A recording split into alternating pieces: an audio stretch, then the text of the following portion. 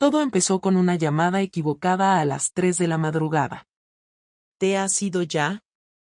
Dijo la voz de un hombre al otro lado del teléfono, con un tono que no reconocí, íntimo, impaciente.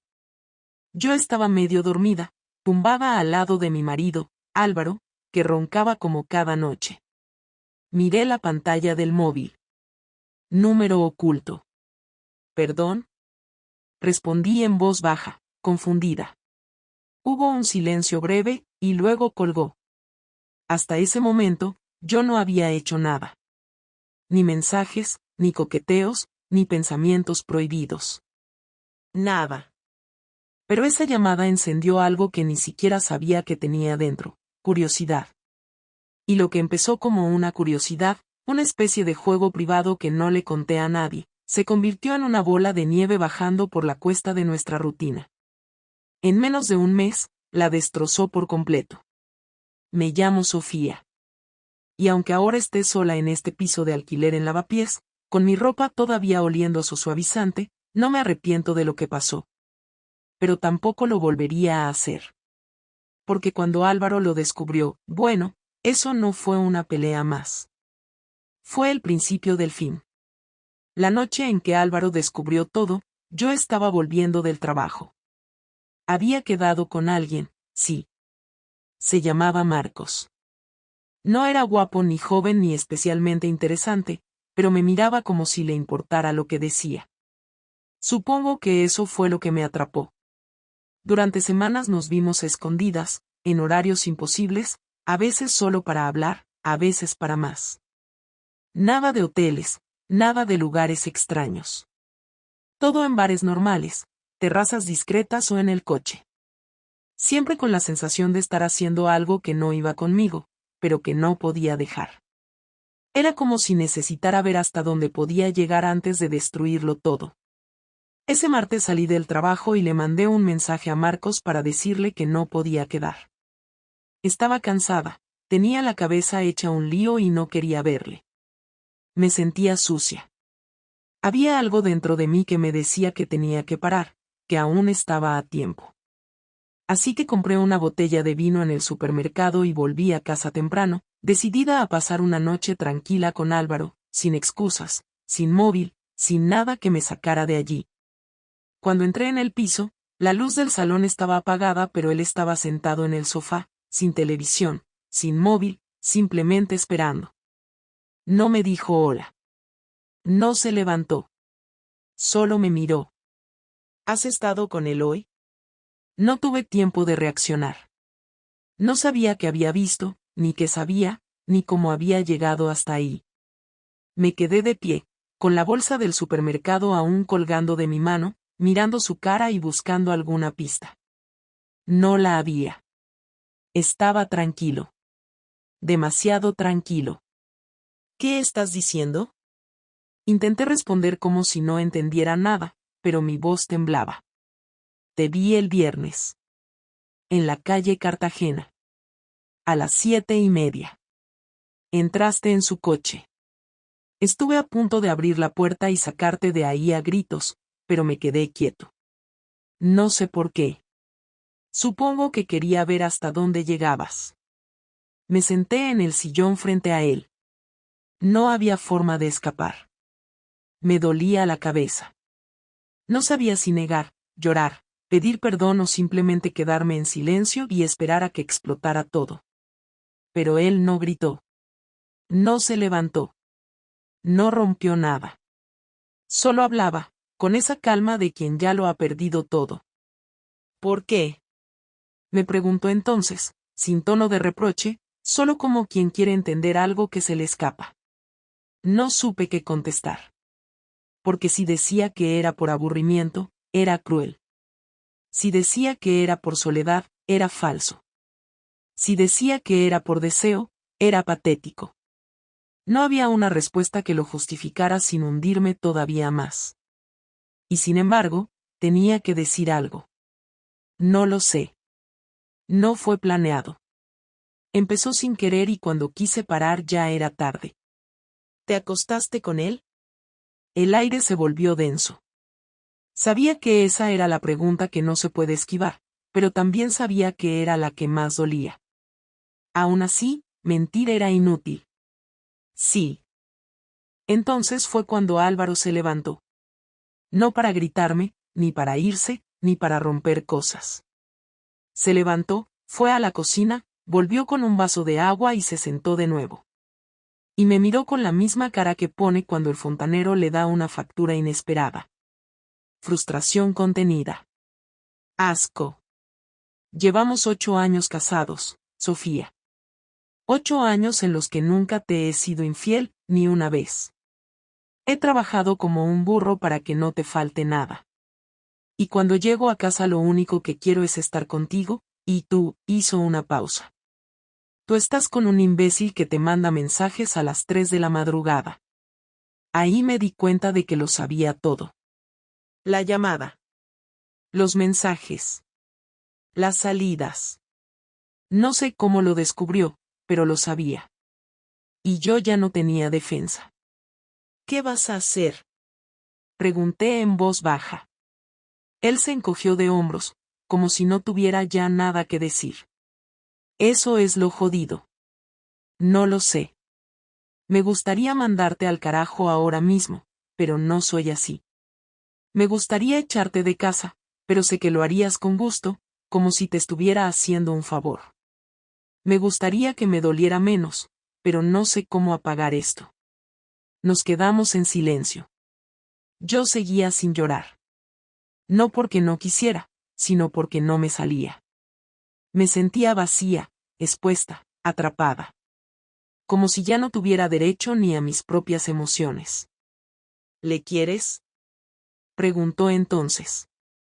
Y ahí sí que no supe qué decir. Porque no le quería. No en serio.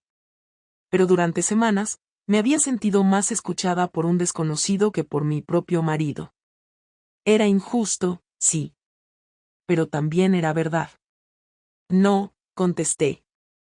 Álvaro asintió con la cabeza y se levantó otra vez. Esta vez no fue a por agua.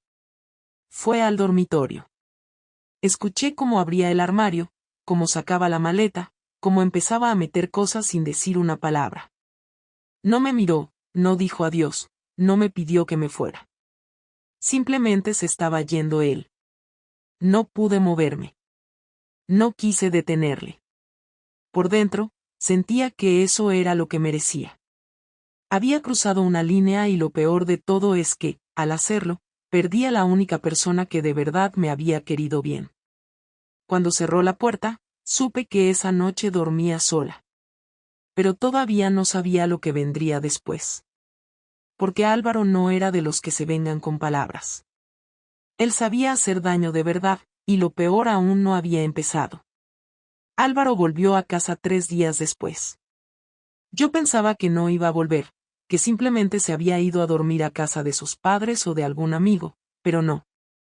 Durante esos 3 días, no supe absolutamente nada de él.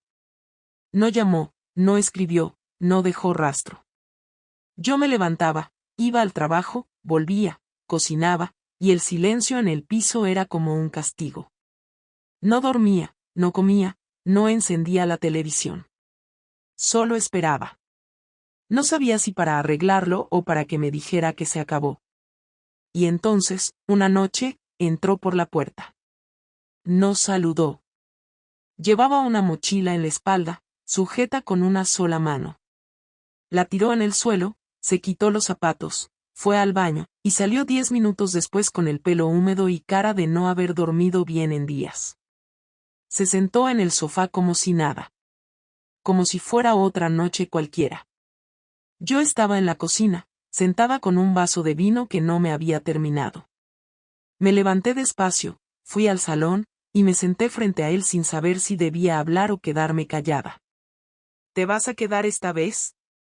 Pregunté sin levantar mucho la voz, esperando una reacción. No lo sé.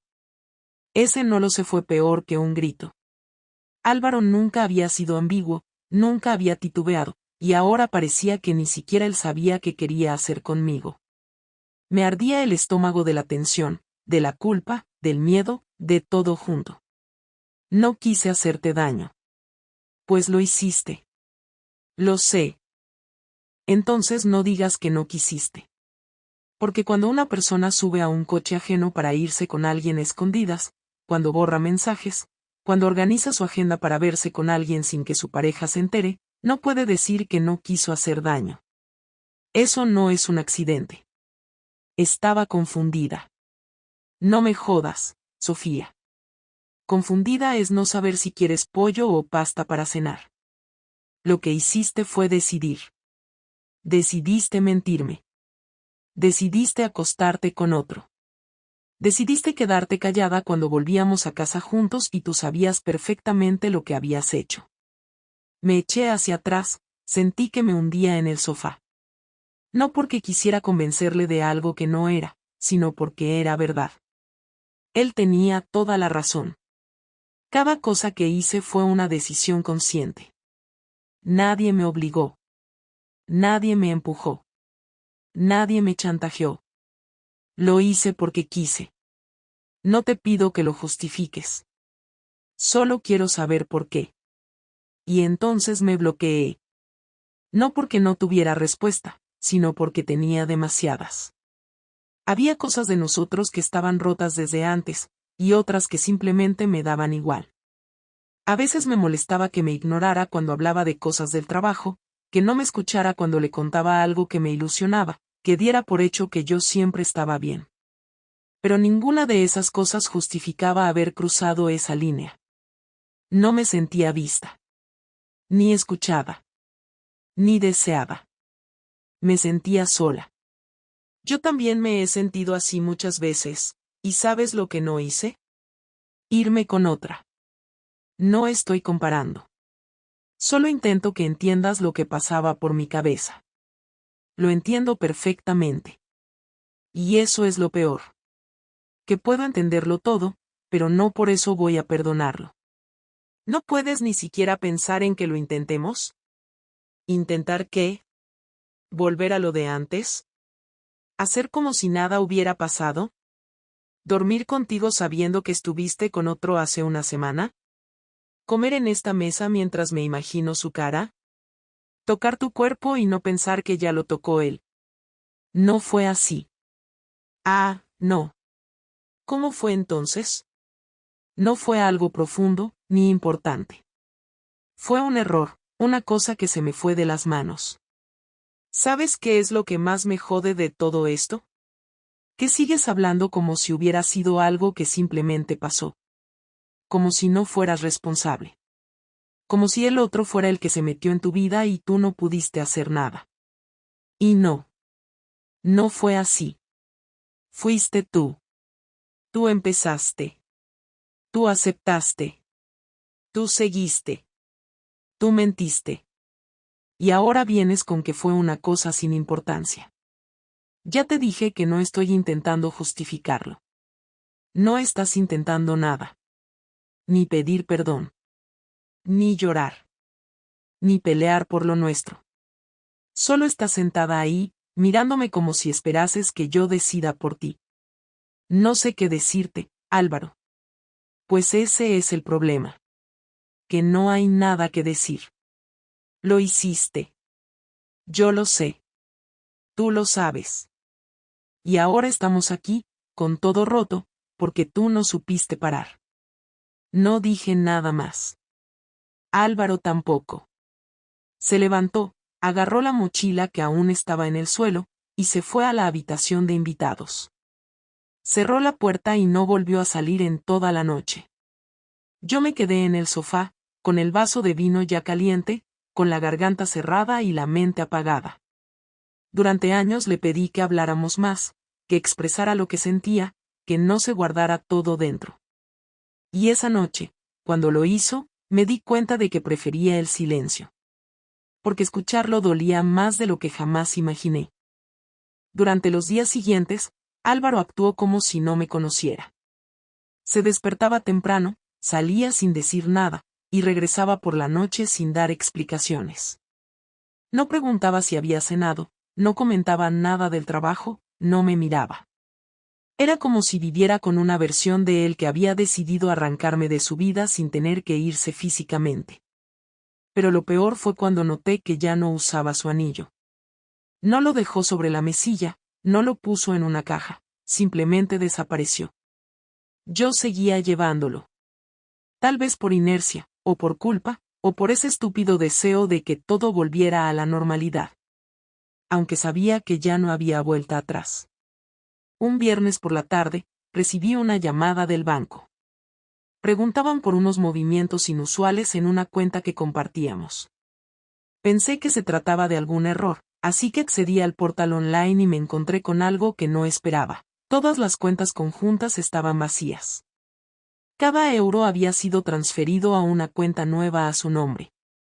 La hipoteca seguía activa, los pagos programados, pero el colchón de ahorro que habíamos construido en 7 años había desaparecido en un par de clics. Llamé a Álvaro de inmediato. No contestó. Envié un mensaje que solo decía, ¿qué has hecho con el dinero? Tardó 4 horas en responder. Lo que es mío, me lo llevo. Nada más. Ninguna explicación, ninguna justificación. Lo siguiente fue un correo de su abogado informándome de que había iniciado el proceso de separación de bienes, y que pedía la disolución del matrimonio por ruptura irreversible de la confianza. Ahí entendí que su forma de vengarse no era gritarme, ni echarme la culpa, ni perseguirme con insultos o reproches. Su venganza era hacerme invisible, quitarme todo sin tocarme, reducirme a una nota legal en un correo electrónico. Pensé en enfrentarlo, en exigirle hablar, en llorar, pero sabía que no serviría de nada. Álvaro no era impulsivo. Cada cosa que hacía estaba medida, pensada y ejecutada con precisión. Yo le había fallado en lo más íntimo, y él me estaba quitando todo lo que había construido conmigo, sin darme la oportunidad de decir nada. Un lunes por la tarde, al volver del trabajo, encontré a su hermana Esperanza esperándome en el portal del edificio. No teníamos relación estrecha, pero siempre había sido educada conmigo. Esta vez no. Me miró como si le diera asco. Me entregó un sobre y se fue sin decir palabra. Dentro había fotos impresas, de mí y de Marcos. Algunas eran de nosotros entrando en su coche, otras en una terraza, y una, la peor, saliendo de un hotel en Alcalá de Henares. Me temblaban las manos. No entendía cómo las había conseguido. Ni siquiera yo sabía que alguien nos había seguido. En ese momento, el buzón del correo electrónico explotó con notificaciones. Mis padres, mis amigas, mi jefe. Todos habían recibido un correo anónimo con las mismas fotos y un texto simple, lo que hace cuando dice que está en una reunión de trabajo. No solo era una venganza personal. Era una humillación pública. En cuestión de horas, me llamaron del Departamento de Recursos Humanos. No me despidieron, pero me dejaron claro que había dañado la imagen de la empresa. Algunas amigas dejaron de responder mis mensajes. Mi madre me escribió un párrafo lleno de decepción. Mi padre ni siquiera contestó. Y Marcos, simplemente desapareció. Bloqueó mi número, borró sus redes, y no supe más de él. Supongo que también recibió su dosis de castigo. No quise buscarlo. No me atrevía. Álvaro, por su parte, seguía viviendo conmigo como si nada. No discutíamos, no hablábamos, no compartíamos nada. A veces pensaba que estaba esperando a que yo fuera la que se largara. Pero yo no me iba. No porque quisiera quedarme, sino porque no tenía a dónde ir. Él lo sabía. Esa era su forma de mantenerme atrapada. No me echaba, pero hacía que cada día ahí fuera una tortura. Un castigo. 2 semanas después, un mensajero entregó una caja. Era de un despacho de abogados.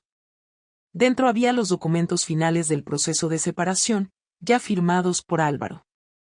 Incluía una lista detallada de los bienes que él reclamaba, que eran casi todos. También había un archivo USB con todos los correos, imágenes y pruebas que había recolectado, como si necesitara dejar claro que su decisión era inapelable. Esa noche, cuando escuché que salía de la ducha, me acerqué a la puerta del baño. Le hablé a través de la madera.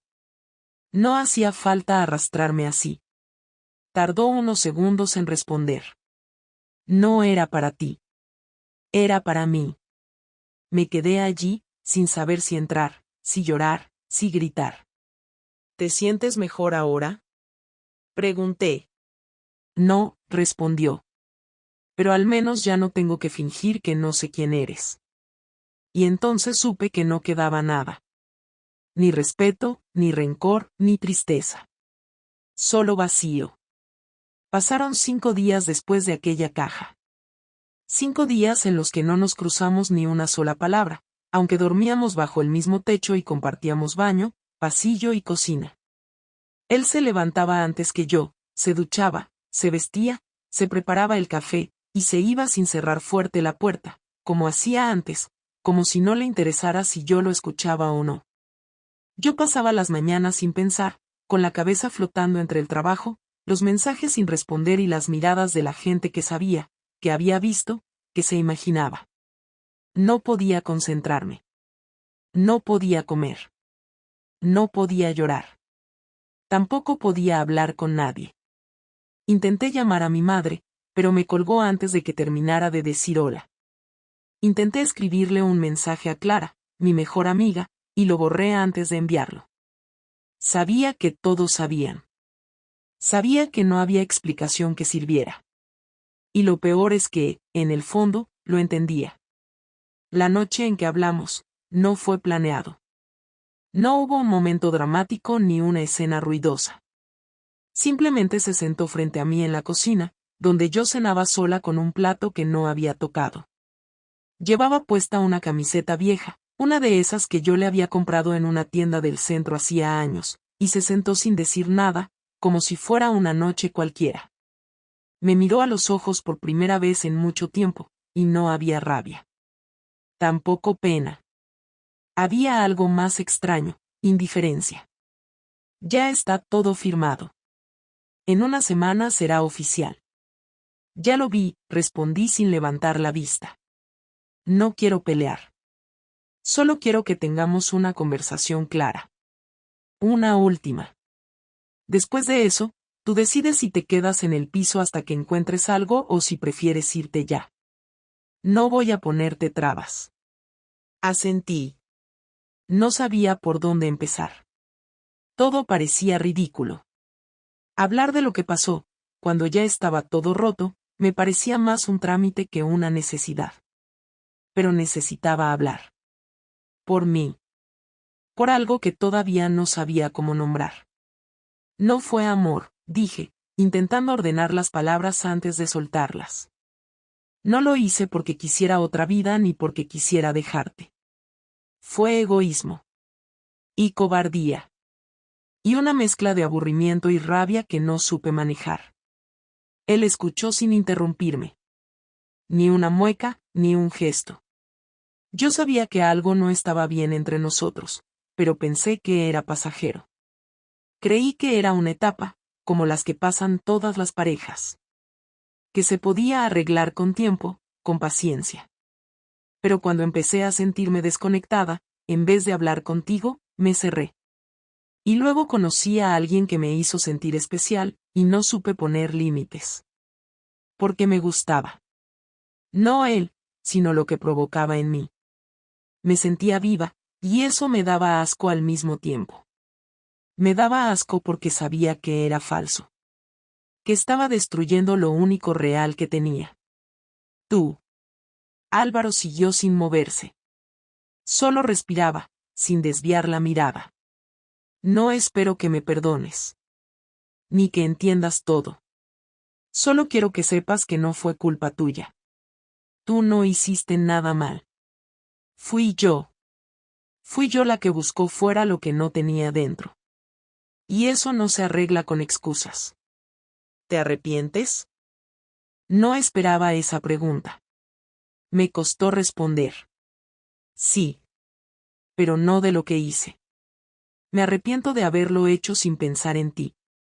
De haber cruzado esa línea como si fuera cualquier cosa. Me arrepiento de haberte tratado como si fueras invisible, cuando fuiste lo único que me sostuvo durante años. Álvaro bajó la mirada por primera vez. Apoyó los codos sobre la mesa, se frotó las manos, y suspiró. ¿Sabes qué fue lo más difícil de todo esto?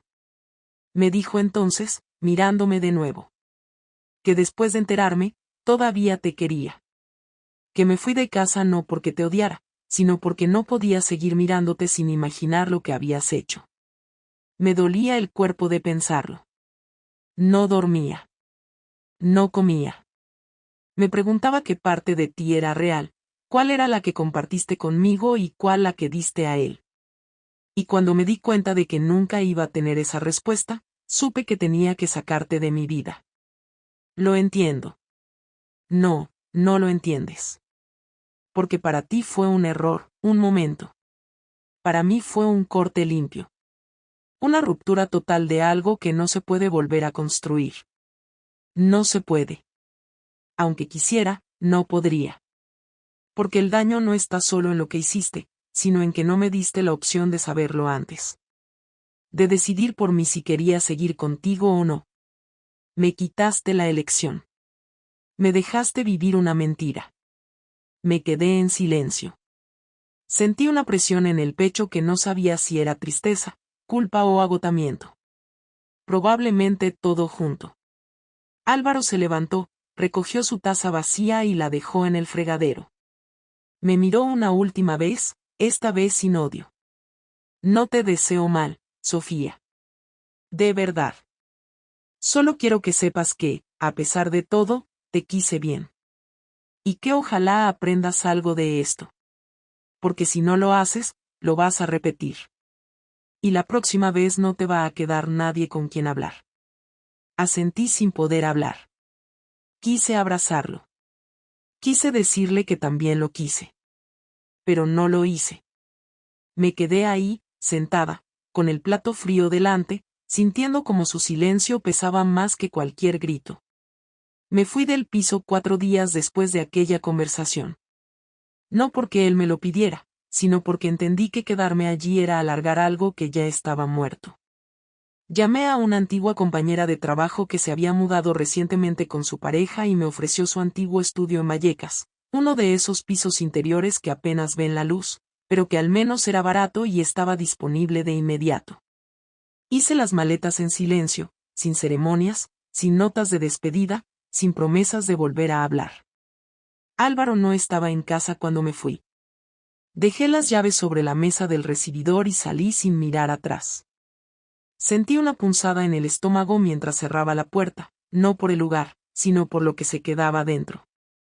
Durante 8 años, ese piso había sido mi casa, pero ya no me pertenecía, y yo tampoco pertenecía a nadie. Los primeros días en el nuevo piso fueron una combinación de ansiedad, vergüenza y vacío. No tenía amigos cerca, mis padres me habían dejado de hablar, y mis compañeras de trabajo me evitaban con esa mezcla de pena y juicio que hace que uno quiera meterse en una cueva y no salir nunca más. Nadie me insultó directamente, pero las miradas eran suficientes.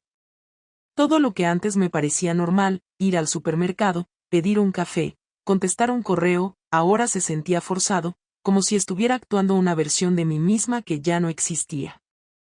Comía mal, dormía poco, y pasaba demasiado tiempo mirando el techo. No porque estuviera esperando algo, sino porque no sabía qué otra cosa hacer. Había momentos en los que me preguntaba cómo pude llegar hasta ese punto, cómo fui capaz de arriesgar toda mi vida por algo tan pobre, tan estúpido, tan irrelevante. Pero no había una respuesta clara. Solo un montón de decisiones mal tomadas una detrás de otra, como fichas de dominó que empujan a la siguiente hasta que todo cae. Un mes después, recibí la confirmación oficial del juzgado. El matrimonio estaba legalmente disuelto. No lloré. Solo cerré el correo, apagué el portátil y me senté en el sofá con una manta encima. No pensé en Álvaro, ni en Marcos, ni en nadie. Pensé en mí, en la persona que fui antes de todo esto. No me gustaba. Me di cuenta de que no me había perdido por culpa de otro hombre, ni por aburrimiento, ni por falta de atención. Me perdí porque me negué a asumir lo que sentía, porque me tragué el malestar durante años hasta que explotó de la peor forma posible. Me perdí porque no supe pedir ayuda, porque me convencí de que no pasaba nada cuando en realidad todo estaba mal. No me traicioné solo a Álvaro. Me traicioné a mí misma. Un sábado por la tarde, salí a caminar sin rumbo. Terminé en la estación de Atocha, donde me senté en una de las bancas a ver pasar a la gente. Parejas, turistas, familias. Nadie me miraba. Nadie sabía quién era ni qué había hecho. Por primera vez en semanas, me sentí tranquila. No feliz, ni en paz, solo tranquila. Y eso, para mí en ese momento, era suficiente. Compré un café, me senté en una terraza, y abrí un cuaderno que llevaba en el bolso desde hacía meses pero que nunca había usado. Escribí 3 frases. No soy una víctima. No soy una buena persona. Pero tampoco soy irrecuperable. Cerré el cuaderno y respiré. No hice ninguna promesa, no escribí ningún plan de redención, no dije que iba a cambiar mi vida de la noche a la mañana. Solo entendí que, si quería volver a ser alguien que pudiera mirarse al espejo sin desprecio, tendría que empezar desde cero. A veces me pregunto si Álvaro está bien. Si ya conoció a alguien, si volvió a sonreír como antes, si duerme tranquilo. No me atrevo a escribirle. No porque tenga la esperanza de que me responda, sino porque sé que no tengo derecho a invadir su nueva vida. Él cerró el libro, y yo soy solo una página que ya no necesita leer. También pienso en Marcos, en lo poco que significó realmente y en lo mucho que me hizo perder. No le culpo. Él no tenía ningún compromiso conmigo. Fui yo la que eligió mal. Fui yo la que cruzó la línea, y fui yo la que lo pagó. Hay noches en las que todavía sueño con todo. No con la traición, ni con las peleas, sino con los días anteriores, cuando todo estaba intacto y yo no sabía que en pocos días iba a destruirlo todo. Me despierto con una mezcla de nostalgia y rabia, pero ya no lloro. He aprendido a aceptar que hay cosas que no se pueden reparar. Solo se pueden dejar atrás. La historia terminó. No con reconciliación, ni con justicia, ni con lecciones brillantes. Solo con una mujer sola, en un piso pequeño, tratando de entender en qué momento perdió el control. Y aunque el futuro aún me parezca incierto, al menos sé que si alguna vez vuelvo a construir algo, no será sobre mentiras, ni sobre silencios, ni sobre la negación de lo que siento. Porque aprendí, a la fuerza, que lo que no se dice, se pudre. Y que la única forma de no volver a equivocarme igual es no callarme nunca más.